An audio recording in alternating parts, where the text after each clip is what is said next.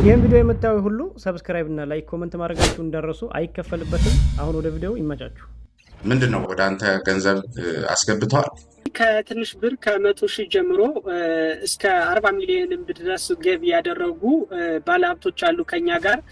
እንዲያውም ይህን ድልልና በተለየ መልኩና ሳይንሳዊ በሚመስል መልኩ አስወንጭፎ አመጣው በሚልም ስለሚነሳብህ ሰፊ የነበረውን 3 እና 4 እርከን የነበረውን የደላላ የነበረውን ኔትወርክ በማስወጣት መጀመሪያ ላዋጡት አካላት ይህን በማቃመስ በተለይ ደግሞ ሊታወቁ ለሚችሉ ሰዎች እምነት በተለያየ መልኩ ማህበረሰብ ውስጥ ላሳደሩ ሰዎች እንደዚህ አይነት የትርፍ ድርሻ ሲሰጥ ሰዎች እነሱን ተከትለው የኢንተርፖል አዝማሚያ ያጠገባለ የለም።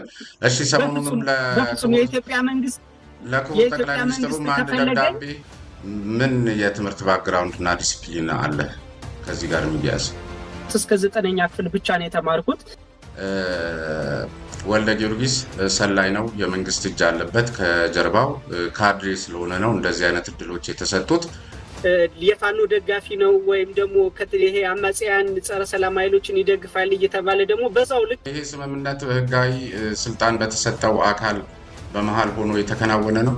ተገቢውን የመንግስት የአገልግሎት ክፍያና ግብር ከፍላችሁ በጣም የተጋነነ ትርፍ የነበረው ነው። አሁን ያንን የትርፍ ስርዓት ነው ሙሉ ለሙሉ ወደ ዲጂታል ለመቀየር በሶፍትዌር ሰርተን ያቀረብ ነው። እንግዲህ ገንዘባችንን ይዞ ጠፍቷል እየተባልክ ነው። ጠፍቷል ወይ? ቤተሰቡንም ባለቤቱንም እናት አባቱንም ይዞ ነው የጠፋው። እናትና አባቴ ደግሞ ወደ ዱባይ የመጡት ከ2 ሳምንታት በፊት። በተለይ እንደዚህ አይነት ማህበረሰብን ለማታለል ጠቃሚ ከሆኑት መሰረታዊ ሂደቶች አንዱ አንተ አሁን በተለይ የዚህ የፍቅር ታሪክና የቤተሰብ አመሰራረትህ የሆነ ቸርነትን የሚያሳይ በጎነትን የሚያጎላና ለሰው ልጅ በጣም ስሱ መሆንን የሚያስረዳ ከድህነት ተነስተህ እዚህ ደረጃ መድረስ ሰዎች ልክ እንዳንተው ካንተ ተነስተው የሆነ የመበልጸግ ፍላጎታቸውን ከፍ የሚያደርግ ቴንሽን የሚፈጥር በምን ሳይንስ በምን አስማት በአንድ ወር ውስጥ 2 ሚሊዮን ብር 195,000 ብር ሊወልድ የሚችልበት እድል ይኖራል? ዋይቢኤስ እና ወልደ ጊዮርጊስ ይልቃል ቢተው ይዞ ጠፍቷል፣ ተሰውሯል፣ ከአሰራር ውጭ ነው፣ ከንግድ ስርዓት ውጭ ነው፣ ከማርኬት ስርዓት ውጭ ነው፣ በዚህ መልኩ እንደ ቻርለስ ፖንዚ ነው ያደረገን የምትሉትን ሁሉ ማስረጃ ካላችሁ ከታች በተመለከተው ስልክ ቁጥራችን ስለ ባይፈርስ ሚዲያ ስለነጻ ሀሳብ በቴክስት ሜሴጅ ማስተላለፍ ትችላላችሁ። እኛንና ድርጅታችንን መሞገት የሚፈልጉበትን ሀሳብ በዚሁ ለባይፈርስ ሚዲያ በማቅረብ እንግዲህ በጠቅላላ እኔ በባይፈርስ ሚዲያ ባመቻቸው ወይም በሚያቀርብልኝ የጊዜ ሰሌዳ ማለትም የፊታችን ረቡዕ ማመሰግነው ስለተገናኘን። እንግዲህ ሰሞኑን በአንተ ጉዳይ በተለይ ደግሞ ዋይቢኤስ ማርኬቲንግ ከሚባል ኩባንያ ጋር ተያይዞ በአንተ መስራችነት ከተቋቋመ የማርኬቲንግ የስራ ተቋም ይመስለኛል በጣም መነጋገሪያ ሆነሃል። መጀመሪያ ዋይቢኤስ ወልደ ጊዮርጊስ ይልቃል ቢተው እንግዲህ ይህን ቃለ ምልልስ ለመስጠት ፈቃደኛ ስለሆንክ በባይፈርስ ሚዲያ ስለነጻ ሀሳብ ስም በጣም ነው የማመሰግነው። ዋይቢኤስ ምን አይነት ኩባንያ ነው? ተቋም ነው? ምንድን ነው? በመጀመሪያ ወደ ነጻ ሀሳብ ሚዲያችሁ ስለጋበዛችሁን ከልብ እናመሰግናለን። እንግዲህ እኔ ወልደ ጊዮርጊስ ይልቃል ቢተው ነኝ፣ የዋይቢኤስ ማርኬት ባለቤትና መስራች። እንግዲህ ዋይቢኤስ ማርኬት ትንሽ ሰፋ ያለ ያው አንዳንዴ ተግባርና ወሬ የተለያየ ብዙ ጊዜ አንድ አይሆኑም እና በተለይ ደግሞ ሰሞኑን ካለው ከተፈጠረው ወይም ካጋጠመው ችግር ጋር በተያያዘ ብዙ ነገሮች ወይም ብዙ ጥላሸት የመቀባት ስራዎች እየተሰሩ ያለ ስለሆነ ያው ሰሞኑን በቅርቡ ኦልሬዲ እኛ እየሄድንበት ወይም እያስተካከልንበት ከነበረ መንገድና ጥላሸት መቀባቱ ላይ በኋላ እንመለሳለን። ለምንስ ተብሎ ሰዎች ጥላሸት ይቀባሉ? ስራ እስከሆነ ድረስ መጀመሪያ ስራ ነው ወይ? ስራነቱ እስካልተረጋገጠ ድረስ ጥላሸት ቢቀቡ ሊገርም ስለማይገባ ኩባንያ ነው ወይ? ለምሳሌ አንድን ኩባንያ ሊያደርገው የሚችል እንግዲህ በተለይ ከደንበኞች ጋር ስትገናኝ ከዚህ ከንግድ ሰነዶችና ውክልናን በተመለከተ እንግዲህ በሰነዶች ማረጋገጫ ኤጀንሲ በኩል የግድ መዋልን ይጠይቃል እና ከዚያ ባሻገር የሆነ ግንኙነት ነው ወይ ያላችሁ? አንተን እንደ ኩባንያው መስራች ተጠያቂነት ውስጥ ሊከት የሚችሉ አሰራሮች ስለሌሉ ነው ወይስ ምንድን ነው? ይሄ ሁሉ ጫጫታ መጀመሪያ ዋይቤስ ኩባንያ ነው? የሀገሪቱ የንግድ ስርዓት በአጠቃላይ ሳይንሱም የሚፈቅዳቸው ወይም ደግሞ መሰረታዊ የሆኑ የንግድ መርሆዎች አሉ። ከዚያ ባሻገር ስለሆነ ነው? ምን ስለሆነ ነው? ምንድን ነው ዋይቤስ? እንግዲህ ዋይቤስ መሰረቱ በቃ የግል ንግድ ድርጅት ነው። በግል ንግድ ድርጅት ወይም በአንድ የራሴ ብቻ ድርጅት ነው። ኦልሬዲ ይሄ ሼር ካምፓኒ ወይም ፒኤልሲ አይደለም።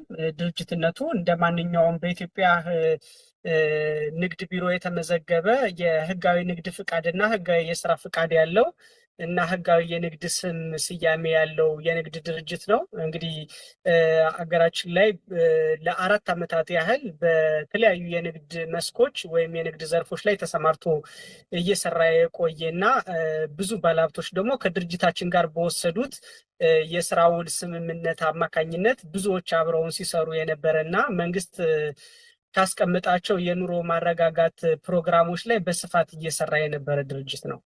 ምን አይነት ስራ? ለምሳሌ ምን አይነት ንግድ ሲባል ምን አይነት ነገሮችን ይሸጥ ነበር ወይስ ያስመጣ ነበር? እንዴት አድርጎ ነው የሚያተርፈው? ከነዚህ አሁን ካልካቸው ባለሀብቶችም ጋር ደግሞ ከዋይቤስ ጋር ከሚሰሩት ጋር ውል ስትፈጽሙ በአክሲዮን ነው ወይስ በምን አይነት የንግድ ግንኙነት? በሰነዶች ማረጋገጫ ኤጀንሲ የተመዘገበ እና በዚያ መልኩ የተከናወነ ውለታዎች ናቸው ወይ? እንደነገርኩህ የግል ንግድ ድርጅት ነው ዋይቤስ ማርኬት። ስለዚህ ባለው የተፈቀደ የግል ንግድ ድርጅት ምዝገባ መሰረት በተሰማራንባቸው የንግድ መስኮች በተለይ ደግሞ በቅዳሜና እሁድ ገበያ ሰንዴ ማርኬት የመንግስት ዜጋ ተኮር ፕሮጀክቶች አንዱ በሆነው በቅዳሜና እሁድ ገበያ ላይ የመሰረታዊ ሸቀጦችን በተመጣጣኝ ዋጋ ለማህበረሰቡ የማቅረብ ስራ ላይ በየክፍለ ከተሞችና ወረዳዎች ላይ ፍቃድ ወስዶ እየሰራ የነበረ ድርጅት ነው። አብረው ከሚሰሩ ባለሀብቶች ጋር በተያያዘ ሰፊ የሆኑ የደላላ ሰንሰለቶችን በማስወገድ ለማህበረሰቡ መሰረታዊ ሸቀጦችን በተመጣጣኝ ዋጋ በማድረስ አብሮ ሲሰራ የነበረ እና ከኛ ጋር አብረው ይሰሩ የነበሩ ድርጅቶች በውልና ማስረጃ ወይም በአክሲዮን ማህበር ወይም በአክሲዮን ሼር ሽያጭ ሳይሆን ከድርጅታችን ጋር በሚወስዱት የድርጅታችን የውስጥ የስራ ስምምነት ወይም ደግሞ የተገደበ የስራ ውል ጊዜው በ6 ወር ውስጥ ወይም በ6 ወር ጊዜ ገደብ የተገደበ የስራ ውል ስምምነት ወስደው ብዙዎች አብረውን ሲሰሩ የነበረበት ድርጅት ነው። ይሄ ስምምነት በህጋዊ ስልጣን በተሰጠው አካል በመሃል ሆኖ የተከናወነ ነው። ተገቢውን የመንግስት የአገልግሎት ክፍያና ግብር ከፍላችሁ ከባለ ሀብቶቹ ጋር እንደዚህ አይነት ውል ስታደርጉ በአዋጅ ስልጣን የተሰጠው የመንግስት አካል አብሯችሁ አለ? ውላቸው ደንበኞች እንደነገርኩ የአጭር ጊዜ የስራ ውል ስምምነት ነው ያለን። የ6 ወር የስራ ውል ስምምነት ነው ከደንበኞቻችን ጋር ያለን። እንግዲህ በኢትዮጵያ የውል አሰጣጥ ሂደት ውስጥ እንደሚታወቀው ድርጅቶች በግል ንግድ ድርጅት ስለሆነ ከኛ ጋር የ6 ወር ውል እና ከኛ ከድርጅታችን ጋር በእኛ መንግስት በሰጠን የንግድ ፍቃድ መሰረት ማለት በእኛ ንግድ ፍቃድ ከኛ ጋር አብረው የሚሰሩ ነው። የ6 ወር ውል ስምምነት ከሰነዶች ማረጋገጫና ምዝገባ ኤጀንሲ ባሻገር እንዲከናወን የሚፈቅድ የአሰራር ስርዓት ወይም ህግ አለ? የ3 ወርስ ቢሆን ለምሳሌ ሌላው ቀርቶ ተራ የመኖሪያ ቤት ኪራይ አንዲት ክፍልም ስቱዲዮን ብትሆን እንኳን ከሰነዶች ማረጋገጫ ወይም በአዋጅ ስልጣን የተሰጠው የክፍለ ከተሞች የቤት ምዝገባ ኤጀንሲ አለ እና በዚያ መሰረት ነው እየተሰራ ያለው እና የ6 ወር መሆኑ ይሄን መንገድ እንዳይከተል ሊያደርገው የሚችልበት እድል አለ? ያው እንግዲህ ሰንዴይ ማርኬት መንግስት ለዚህ ለኑሮ ማረጋጋት የሰጠው ፕሮጀክት ስለሆነ በተለያየ ጊዜ የሚከለስና ዋጋውንም የሸቀጦች ዋጋ ተመን ላይ መንግስት በራሱ ቀጥታ ኢንቮልቭ የሚያደርግበት ወይም የሚሳተፍበት ወይም የዋጋ ተመኑን የሚቆጣጠረው ስለሆነ እንግዲህ የደንበኞችን ፍላጎትና ከኛ ጋር አብሮ የመስራት ፍላጎታቸውን በራሳቸው የሚወስኑበት ስለሆነ የአጭር ጊዜ የስራ ውል መውሰድ ስለነበረብን ድርጅታችን ባለው ንግድ ፍቃድ መሰረት ከድርጅታችን ጋር በግድ ነው የስራ ውል ስምምነት የሚወስዱት። እሺ፣ ስለዚህ አንዱ ከአሰራር ውጪ ተብሎ አሁን ከሚቀርብበት ቅሬታዎች መካከል ወልደ ጊዮርጊስ ሰላይ ነው፣ የመንግስት እጅ አለበት ከጀርባው፣ ካድሬ ስለሆነ ነው እንደዚህ አይነት እድሎች የተሰጡት። አጭበርብሮንም አጭቤው ወልደ ጊዮርጊስ ይህን ሁሉ ገንዘብ ይዞ ሲጠፋም ዝም የተባለበት መሰረታዊ ምክንያት ይሄ ነው የሚሉ አካላት በተለያየ መልኩ ሶሻል ሚዲያውን ሲያጥለቀለቁት ተመልክተሃልና ሰላይነህ ከበስተጀርባ የገዢው ፓርቲ ሰዎች አሉበት? ማነህ? በጣም የሚያሳዝነው እኔ ላይ የሚከፈቱ ዘመቻዎች ከሁለት ሳይድ ናቸው። በዛው ልክ ሰላይ ነው ወይም የመንግስት ሰዎች ከጀርባቸው አሉበት ከሚሉት ባሻገር ደግሞ በተቃራኒ ሳይድ ደግሞ እነዚህ አካላት ሌላ ገጽ ወይም ሌላ ፊት ይዘው ከመንግስት ጋር የፋኖ ደጋፊ ነው ወይም ደግሞ ይሄ አማጽያን ጸረ ሰላም ኃይሎችን ይደግፋል እየተባለ ደግሞ በዛው ልክ የሚነዛ በጣም ትላልቅ የመንግስት ኃላፊዎች ጋር ድረስ የሚደርስ ዘመቻ አለ። እንደምታውቀው ሰሞኑን ለሀገር ይጠቅማል ብለን ወይም ይህን ድርጅት እስከዛሬ በዚህ የግል ኃላፊነት ወስደን ዋጋ እየከፈልን ያደረስነውን ድርጅትና ያሳካነውን የሶፍትዌር ፕሮግራም እንኳን ለማቅረብ የሚመለከታቸው የመንግስት አካላት ጋር ቀጥታ ኮንታክት በሌለን ሁኔታ ነበር። እንግዲህ እንደምታውቀው የመንግስት እጅ ነው ወይም ደግሞ የመንግስት ባለስልጣናት ከጀርባው ያሉ እየተባለ ሴም ታይም ስለኛ የስም ማጥፋት ዘመቻ ይሰራል። እኛ ደግሞ በተመሳሳይ ሰዓት የሚመለከታቸውን ለሀገር ይጠቅማል ብለን ያለማናቸውን ብዙ በጣም የንግድ ስርዓቱ ላይ በጣም ብዙ ለውጥ ወይም የመንግስት የዲጂታል ትራንስፎርሜሽን እቅድ ላይ ብዙ ለውጥ እንዲያመጡ አቅደን ለረጅም ዓመታት የሰራናቸው የቴክኖሎጂ ሲስተሞችን ለመንግስት ለማስረከብ ደግሞ በተመሳሳይ ያንን ፕሮጀክት ለመንግስት እንዳንሰጥ የአሸባሪዎችን ይደግፋል ወይም ደግሞ የሆኑ አካላትን ካፒታል ያንቀሳቀሳል የሚባል ሌላ ተመሳሳይ ዘመቻ ደግሞ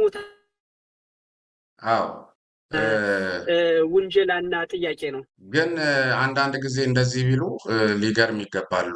ምክንያቱም ለምሳሌ በየትም ሀገር ለምሳሌ አሁን ከሚነሱ እንትኖች በዓለም ደረጃ እንግዲህ ይሄ ማነው ጣሊያናዊ ስደተኛ የቻርለስ ፖንዚን በአንድ ወር ውስጥ በ90 ቀናት እስከ 100% የሚል ፕሮጀክት ቀርጾ ግን ደግሞ ሲሰራ የነበረውና መጨረሻ ውጤቱ ሲሰላ መጀመሪያ ጉዳዩን ያዋጣናል ብለው ለገቡ ኃይሎች መጀመሪያ ከአስቀማጮቹ ላይ እየሰጠ እንደ ትርፍ ከዚያ በኋላ ደግሞ የሌሎችን በሌላ መንገድ ሲያንቀሳቅስ ምንም ቫሊዩና እሴት በሌለበት ሁኔታ ውጤቱ ሲታይ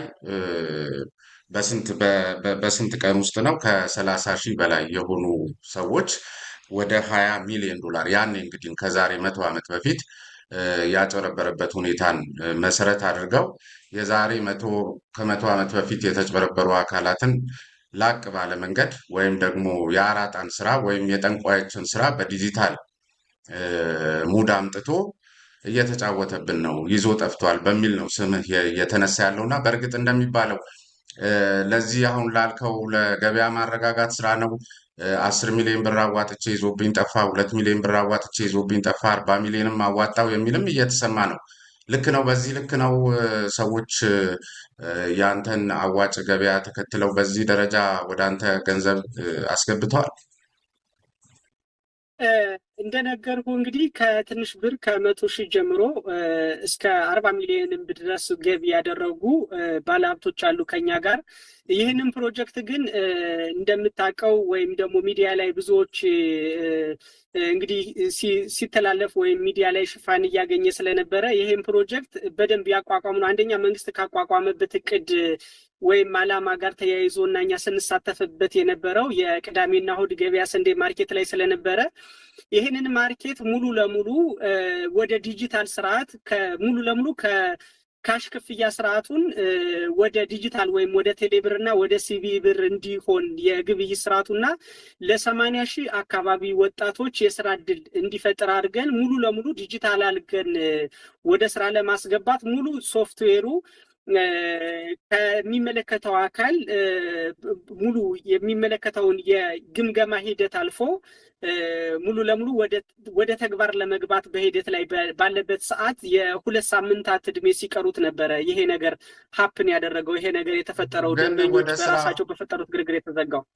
እሺ ከዚያ ደግሞ 2 ሚሊዮን ብር አዋጥቼ በወር ውስጥ 195 ሺህ ብር በመጀመሪያው ዙር ትርፍ ደርሶኛል የሚሉ አካላትም ተሰምተው ነበርና ይሄ ዲጂታል ማርኬቲንጉ ካልተጀመረ አስቀድመው ከሆነ ሀፕን ያደረገባችሁ እኚህ አካል በዚህ ባልከው በጥቃቅን ወይም ደግሞ በገበያ ማረጋጋት ስራው ያገኙት ትርፍ ነው ወይስ በምን ሳይንስ በምን አስማት በአንድ ወር ውስጥ 2 ሚሊዮን ብር 195 ሺህ ብር ሊወልድ የሚችልበት እድል ይኖራል?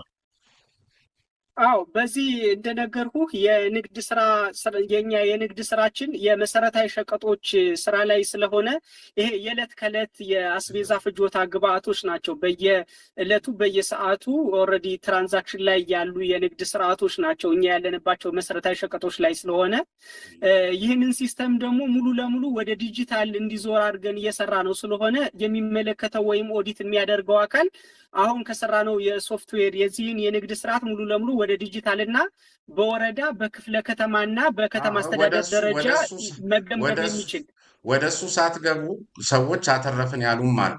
ቅድም እንዳልኩ እንደ ቻርለስ ፖንዚ መጀመሪያ ላዋጡት አካላት ይህን በማቃመስ በተለይ ደግሞ ሊታወቁ ለሚችሉ ሰዎች እምነት በተለያየ መልኩ ማህበረሰብ ውስጥ ላሳደሩ ሰዎች እንደዚህ አይነት የትርፍ ድርሻ ሲሰጥ ሰዎች እነሱን ተከትለው እንደዚህ በገፍ የሚሄዱበት እድል ሰፊ ስለሆነ ምናልባት በምን መልኩ እንግዲህ ዲጂታሉን ሳትጀምሩት 195 ሺህ ብር ትርፍ ክፍያ ደረሰኝ የሚለው አካል በምን ሳይንስ ሰርታችሁ ነው እንደዚህ ሊደርሰው የቻለው? ያው በማኑዋሉ እየተሰራ ስለነበረ ነው። ትክክለኛው ያለውን እኛ የሰራ ነው ምንድነው ያደረግነው የሰፊ የነበረውን 3 እና 4 እርከን የነበረውን የደላላ የነበረውን ኔትወርክ በማስወጣት ቀጥታ ከአምራቹ እና ከአከፋፋዩ ቀጥታ ለማህበረሰቡ የማድረስ ስራ ላይ ስለነበረ የምንሰራው በጣም የተጋነነ ትርፍ የነበረው ነው። አሁን ያንን የትርፍ ስርዓት ነው ሙሉ ለሙሉ ወደ ዲጂታል ለመቀየር በሶፍትዌር ሰርተን ያቀረብ ነው። ምናልባት እንግዲህ ከድለላ ውጪ ለማድረግ አዲስ አይነት ሲስተም ዲጂታል ማርኬት ነው የጀመራችሁት እና አንዳንድ ያንተን ባክግራውንድ ስመለከት የመጀመሪያው እንግዲህ ከ7 ብር 800 ሺህ ብር ያገኘህበት ስራ ድልልና ነው። እንዲያውም ይህን ድልልና በተለየ መልኩና ሳይንሳዊ በሚመስል መልኩ አስወንጭፎ አመጣው በሚልም ስለሚነሳብህ መልሰህ አሁን ድለላን ስራ ደግሞ ከጨዋታ ውጪ እንዲሆን ስታደርግ አልተጣረሰብህም? ኖ የድልላን ስራን ከጨዋታ ውጭ ማድረግ ሳይሆን ቪዚብል ማለት ኢቫሉዌት የሚያደርገው መንግስት የሚቆጣጠረው የሚከታተልበት ዳሽቦርድ ያለው ሲስተም ነው የሰራ ነው እንጂ ከጥቅም ውጭ የማድረግ ሳይሆን ያለውን ከፍተኛ የገንዘብ እንቅስቃሴ በጣም ከዚህ በፊት እኛ እያጋራ ነው እንደነበረው ከ100% ከ200% በላይ የሚተረፍበት የንግድ እንቅስቃሴ ስለሆነ ያንን መንግስት የሚመለከተውን ኢቫሉዌት እንዲያደርገው የሚመለከተው አካል ኢቫሉዌት ወይም ግምገማ እንዲያደርግበት ወይም ክትትል እንዲያደርግበት ተገቢውንም ግብር እንዲሰበስብበት ነው ወደ ዲጂታል ሲስተም ያመጣ ነው እንጂ እያጠፋ ነው አይደለም። እሺ ሌላ ደግሞ አንዳንድ ጊዜ እንደዚህ አይነት የማታለል ስራዎች የሚሰሩት ሲሉ ሰዎች አታሉናል እያሉ ነው የሚነግሩና ሌሎች ደግሞ የማታለል ሰነዶችን እና ጥበቦችን የተመለከቱ የጥናት ወረቀቶችን እንዲሁ የዳበሰ ያህል ስመለከት በተለይ እንደዚህ አይነት ማህበረሰብን ለማታለል ጠቃሚ ከሆኑት መሰረታዊ ሂደቶች አንዱ አንተ አሁን በተለይ የዚህ የፍቅር ታሪክና የቤተሰብ አመሰራረትህ የሆነ ቸርነትን የሚያሳይ በጎነትን የሚያጎላና ለሰው ልጅ በጣም ስሱ መሆንን የሚያስረዳ ከድህነት ተነስተህ እዚህ ደረጃ መድረስ ሰዎች ልክ እንዳንተው ካንተ ተነስተው የሆነ የመበልጸግ ፍላጎታቸውን ከፍ የሚያደርግ ቴንሽን የሚፈጥር አንዱ ሰዎችን ለማወናበድ የተከተለው ስልት እንጂ ይሄን ህይወቱ ቢፈተሽ ባዶ ነው ያልነበረ የፍቅር ታሪክን ድርሰት ነው የሰራብን ሲሉም ነው የሚከራከሩት። እንግዲህ ይሄ አንደኛ የመጀመሪያው ነገር ብዙ ደንበኞቻችን የተደናገጡበት እና እንደዚህ አጭበርብሮ ጠፋ ከሚለው ጋር ተያይዞ አንዳንዴ ለእንደዚህ አይነት የስርቆት ወይም የማጭበርበር ዓላማ ይዞ የሚመጣ ሰው ሙሉ ይሄ ህይወቱን በይፋ በተለይ ደግሞ ከቤተሰብ ጋር ተያይዞ እና ከግል ህይወት ጋር ተያይዞ ብዙ ግልጽ የማያደርጋቸው ኢሜጅ ላይ ወይም የተለያዩ የግል ታሪኮቹ እና ታሪኮቹ የኋላ ታሪኮቹ ላይ ግልጽ የማያደርጋቸው ታሪኮች ይኖሩታል። ብዙ ጊዜ አጭበርብሮ መጥፋት የሚፈልግ ሰው ከዛ ባለፈ ይሄ ደግሞ እንደምታየው የኛ ግልጽ ነው። ግን አንዳንድ ደግሞ ይሄ በተለይ ደግሞ በብዛት እየተናፈሰ ያለው የእርዳታ ድርጅት ወይም ደግሞ ይሄን ያህል ይረዳል፣ ይሄን ያህል ብር እንትን ያደርጋል የሚለው በአጭበርባሪዎች የተከፈተ ዘመቻ እንጂ እኛ ምንም አይነት የእርዳታ ድርጅት ወይም ሰዎችን አንደኛው ሰርተፊኬት የተመለከትኩት አንድ ማህበራዊ ሚዲያ ላይ የእርዳታ ድርጅትና ምንድን ነው የብድር ንግድ የሚል ኤአይ የተሰራበት ነው ወይስ ያንተ ነው? አዎ በጣም በተደጋጋሚ ጊዜ በእኔም በሌሎች የሶሻል ሚዲያ ተጽዕኖ ፈጣሪዎችም ለመናገር ለማሳወቅ ሞክረናል። እኛ ምንም አይነት የእርዳታ ድርጅት እንትን አናደርግም። በጣም የሚገርም የቀበሌ መታወቂያ የገጠር የቀበሌ መታወቂያ ወልደ ጊዮርጊስ ይልቃል ቢተው ብለው ከፍተው በዚህ ድረስ በዛ የገጠር የቀበሌ መታወቂያ ደግሞ የባንክ አካውንት ከፍተው እስከ ማጭበርበር ድረስ በጣም ሰፊ ስራዎች አሉ። እነሱንም ዶክመንቶች ማጋራት እንችላለን። ኦልሬዲ እጃችን ላይ ስላሉ ማለት ነው። እንደዚህ ማጭበርበር የተከፈቱትን በጥልቀት እንሄድበታለን። ለጊዜው እንደው አንድ መሰረታዊነት መነሳት ያለበት እንግዲህ ገንዘባችንን ይዞ ጠፍቷል እየተባልክ ነው። ጠፍቷል ወይ? ቤተሰቡንም ባለቤቱንም እናት አባቱንም ይዞ ነው የጠፋው። ባለፈውም ጊዜ በተለያየ መልኩ ተመልክተ ይሆናል። አንዴ ዱባይ፣ አንዴ ኳታር እየተባልክ ነው እና ጠፍተሃል ወይስ ትመጣለህ? በተስፋ ይጠብቁ። ከጠፋ ሴት ነው የጠፋው? ካልጠፋም የምትመጣ ከሆነ የት ነህ? እንግዲህ አሁን የምገኘው በቻይና ጓንዡ ነው። እንግዲህ ያንን አንዴ ብራዚል አንዴ ኳታር ሲባል ስለነበረ ነው ፖስት ያደረግኩት ያለሁበትን ጓንዡ ቻይና ጓንዡ ነው አሁን የምገኘው። እናትና አባቴ ደግሞ ወደ ዱባይ የመጡት ከ2 ሳምንታት በፊት ይህንኑ ድርጅት ዋይቢኤስ ማርኬት ዲጂታል ሲስተሙን እና በተባበሩት አረብ ኤሚሬት እና በኢትዮጵያ ላይ ሰሞኑን የሚጀመረው የ888 ማርኬት ኦንላይን ኢንተርናሽናል ኢኮመርስ ሲስተም ፕሮግራም ለማስመረቅ ነበረ። ለዛ ነበረ ቤተሰቦች የመጡት። ሌላው በሙሉ የነበሩ ቤተሰቦች እንግዲህ ኢትዮጵያ ነበሩ። ይሄ ግርግር ተፈጥሮ ድርጅታችን ስራ እስኪያቆም ቀን ድረስ በመደበኛ ስራውን እየሰራ የነበረበት ቦታ ላይ። ለምንድን ነው ዱባይ የሚመረቀው? ኢትዮጵያ ውስጥ ለምን ማስመረቅ አልፈለግም? ነው አይቻልም? ምን አልከኝ? ተቆራረጠ። ዱባይ ላይ ማስመረቅ የፈለክበት ምክንያት ምንድን ነው? ለምን ኢትዮጵያ ውስጥ አልተመረቀም? 888 የሚባለው ኖ 888 ቤዝ ያደረገው ወይም ደግሞ መጀመሪያ የተመሰረተው አሁን ህጋዊ ንግድ ፍቃድ አውጥቶ ስራ ላይ ያለው በተባበሩት አረብ ኤሚሬቶች ላይ ነው። ይሄ ነገር ሀፕን ስላደረገ ነው እንጂ አሁን ከ2 ሳምንታት በኋላ ኢትዮጵያ ላይ ለመመረቅ እቅድ ታቅዶ ነበር። ኦልሬዲ ሙሉ ሲስተሙ ኢንተግሬት ተደርጎ አልቋል።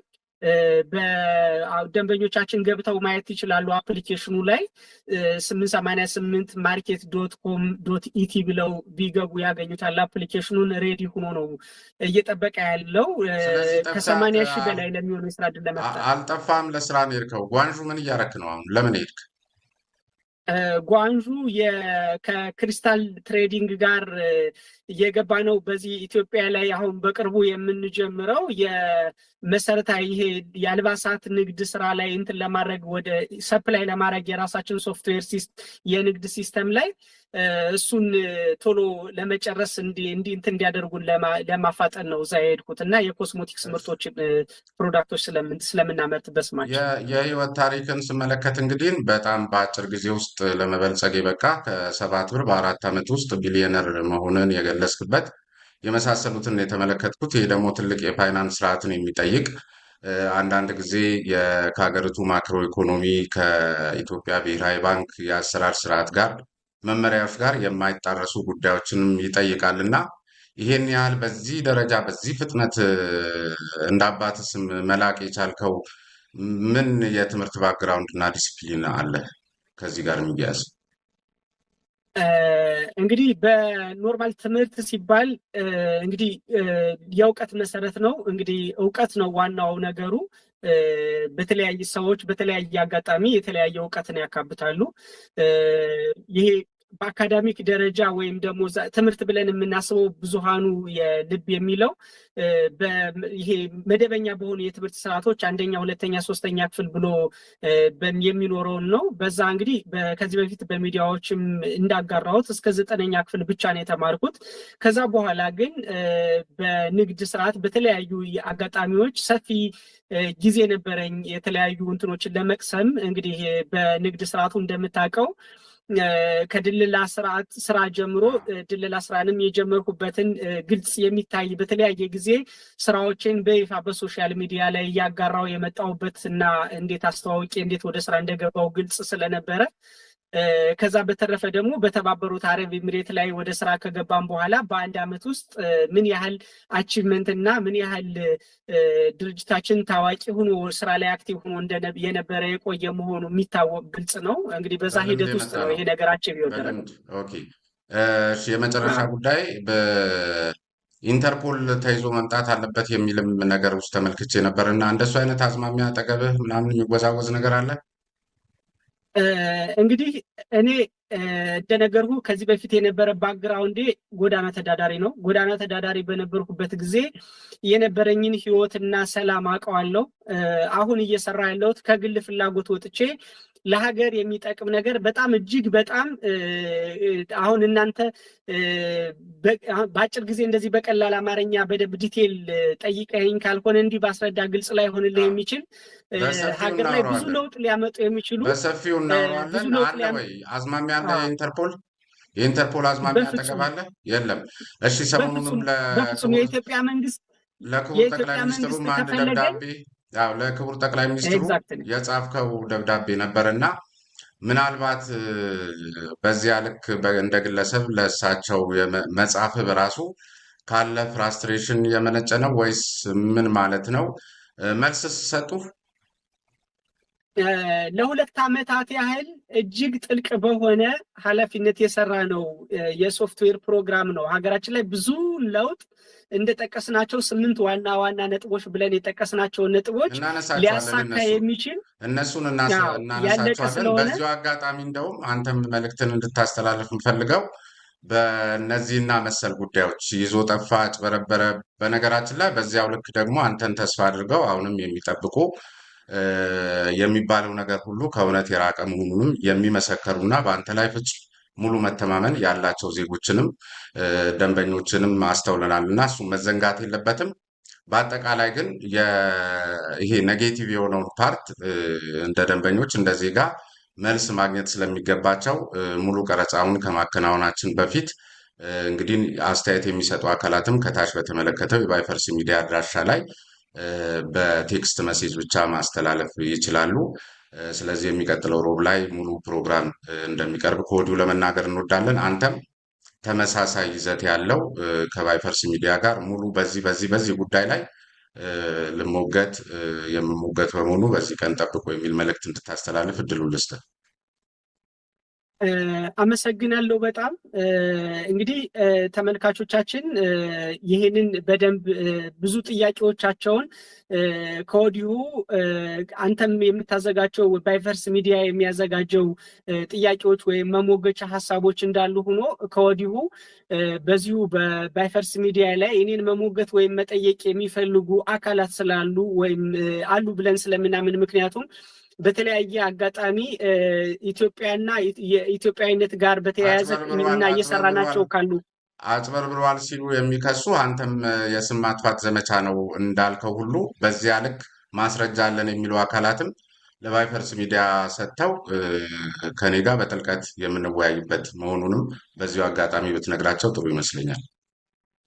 በትክክል ስለዚህ ያላቸውን እኛንና ድርጅታችንን መሞገት የሚፈልጉበትን ሀሳብ በዚሁ ለባይፈርስ ሚዲያ በማቅረብ እንግዲህ በጠቅላላ እኔ በባይፈርስ ሚዲያ ባመቻቸው ወይም በሚያቀርብልኝ የጊዜ ሰሌዳ ማለትም የፊታችን ረቡዕ የሙሉ መሞገቻ ሀሳቦችን የምመልስበትና ያለውን ነገር ግልጽ የማደርግበት ሁኔታ ይኖራል። ዝግጁ ነኝ ለዛ።